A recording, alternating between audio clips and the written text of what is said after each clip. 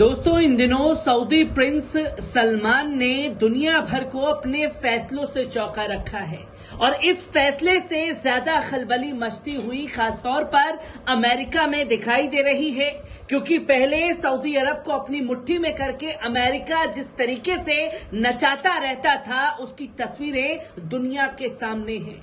और मैं बहुत पहले अपनी रिपोर्ट में ये कह चुका हूं कि अब अरब देश खास तौर पर अमेरिका के चुंगल से आजाद हो चुके हैं। जो अमेरिका समय समय पर दबाने की कोशिश मुस्लिम देशों को करता था, अब वही गिड़गिड़ाता हुआ खास तरह पर नजर आ रहा है अरब देशों के आगे।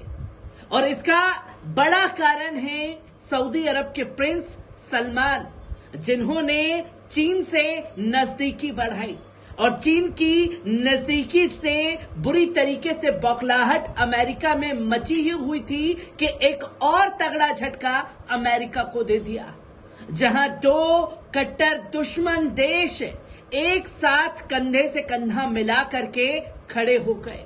और तस्वीर थी सऊदी प्रिंस और खासतौर पर ईरान के राष्ट्रपति इब्राहिम रईसी की, जो दोनों एक दूसरे के साथ हाथ मिलाते हुए दिखाई दिए और बरसों पुरानी दुश्मनी को खत्म करने का काम किया। तो वहीं अब तीसरी तस्वीर इसमें इंक्लूड करिए सऊदी प्रिंस और रूस के राष्ट्रपति पुतिन की, जिनकी तस्वीर लोगों के सामने आई है, तो वहीं अमेरिका बुरी तरीके से पगला चुका है। और वो इसलिए क्योंकि ईरान से अमेरिका के संबंध कैसे हैं वो दुनिया जानती है, और अमेरिका के चीन से संबंध कैसे हैं वो दुनिया जानती है, और खासतौर पर रूस से अमेरिका के संबंध कैसे हैं ये दुनिया के सामने हैं। और ये पहले ही मैंने कहा है कि दुश्मन का दुश्मन सबसे बड़ा दोस्त होता है, और इसी मिसाल को सिद्ध करते हुए खासतौर पर सऊदी प्रिंस किंग सलमान नजर आ रहे हैं। आपको बता दें कि किस तरीके से अमेरिका के प्लान को फेल करने का काम सऊदी प्रिंस सलमान द्वारा किया गया है। एक बार इस रिपोर्ट पर नजर डालते हैं।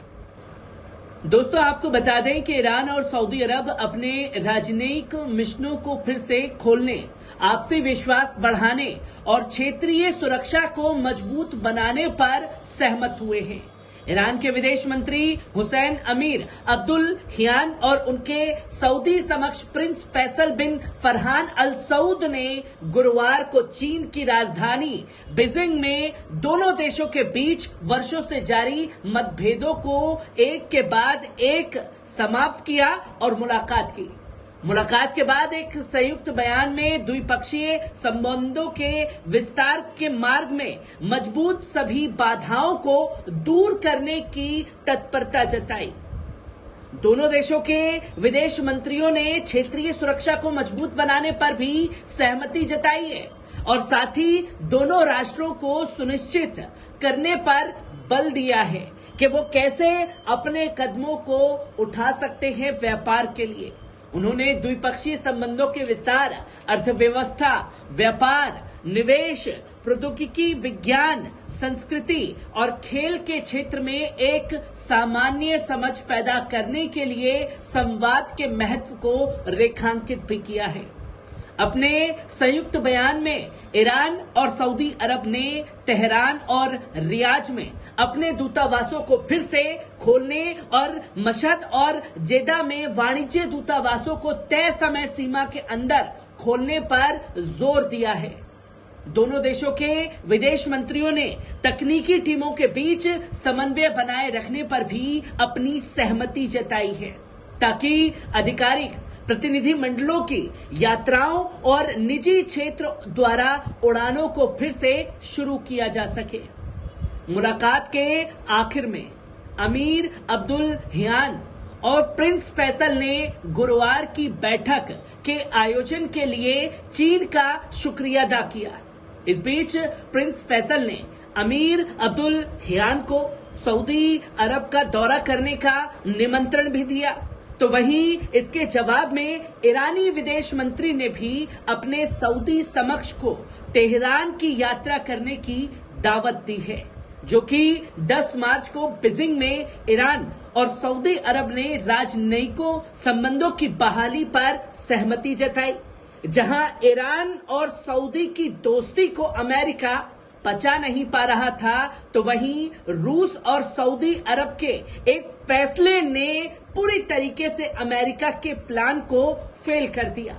आपको बता दें कि रूसी अर्थव्यवस्था को नुकसान पहुंचाने के लिए अमेरिका समेत कई पश्चिमी देशों ने रूस पर आर्थिक प्रतिबंध लगाए हुए हैं। इसके अलावा रूसी तेल प्राइस कैप लागू है। इसका मुख्य मकसद रूसी आय को कम करना है, ताकि यूक्रेन ने युद्ध में इस्तेमाल किए जा रहे रूसी फंड में कमी आए। लेकिन सऊदी अरब और रूस के एक निर्णय ने पूरे अमेरिका प्लान की हवा निकाल दी। दरअसल सोमवार को ओपेक और रूस के अपने तेल उत्पादन के प्रतिदिन लगभग 36 लाख बैरल की कटौती का फैसला किया है। ओपेक में सऊदी अरब का दबदबा माना जाता है। ओपेक प्लस देश प्रतिदिन लगभग 16 लाख बैरल तेल उत्पादन कम करेंगे। इस फैसले के बाद ही तेल की कीमतें लगभग 6% तक बढ़ गई हैं।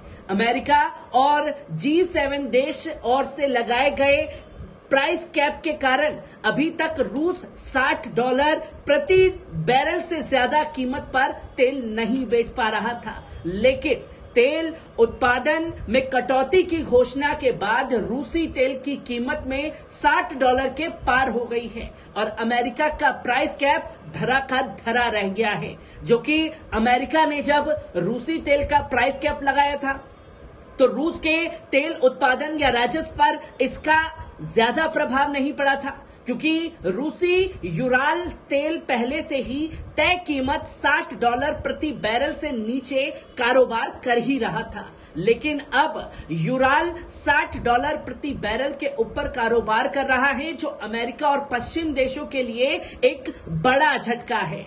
रूस से तेल खरीदने के कारण भारत की आलोचना करने वाला जापान भी तेल उत्पादन में कटौती के बाद रूस से तेल खरीद रहा है। उसमें भी जापान प्राइस कैप $60 प्रति बैरल से ज्यादा कीमत पर रूसी तेल खरीदा जा रहा है। सफाई में जापान ने कहा कि ऊर्जा जरूरतों को पूरा करने के लिए रूस से तेल खरीदना उसकी मजबूरी है। इसी अपवाद माना जाए, यहां तक कि अमेरिका ने भी जापान को रूस से तेल खरीदने की अनुमति दे दी। एक रिपोर्ट के अनुसार साल के शुरुआत में 2 महीनों में जापान ने रूस के से करीब 7.5 लाख बैरल लगभग $70 प्रति बैरल की कीमत पर खरीदा है। जापान एकमात्र ऐसा देश नहीं है जो रूसी तेल पर लगाए गए प्राइस कैप का उल्लंघन कर रहा है। भारत में भी रूस को $60 प्रति बैरल से अधिक का भुगतान करना पड़ा है, जिसकी तस्वीरें लोगों के सामने हैं। और ऐसे में ये देखना रोचक होगा कि वैश्विक तेल कीमतों में वृद्धि के बीच रूसी तेल प्राइस कैप के नियंत्रण में रहती है या नहीं। रूस चाहेगा वे इसी बहाने अपने तेल प्राइस कैप से ज्यादा दाम पर बेच अपने राजस्व की भरपाई करे, जो अमेरिकी प्रतिबंध के कारण उसके राजस्व में गिरावट कर रही है। सऊदी अरब के दबदबे वाले ओपेक और रूस का तेल उत्पादन में कटौती का फैसला एक तरह से रूसी तेल पर अमेरिकी नेतृत्व वाले प्राइस कैप की परीक्षा के तौर पर देखा जा रहा है। हालांकि जापान रूस से जितनी मात्रा में तेल खरीद रहा है वो रूसी तेल निर्यात का अंश मात्र है, लेकिन जापान का ये कदम दिखाता है कि रूसी तेल पर प्राइस कैप लगाने के अमेरिकी नेतृत्व करने वाले प्रयास कमजोर पड़ रहे हैं, जो कि बड़ा झटका सऊदी प्रिंस के एक कदम से अमेरिका को लगा है। हर एक तस्वीर सऊदी प्रिंस से जुड़ी आप लोगों के साथ साझा करता रहूंगा। दीजिए इजाजत, शुक्रिया।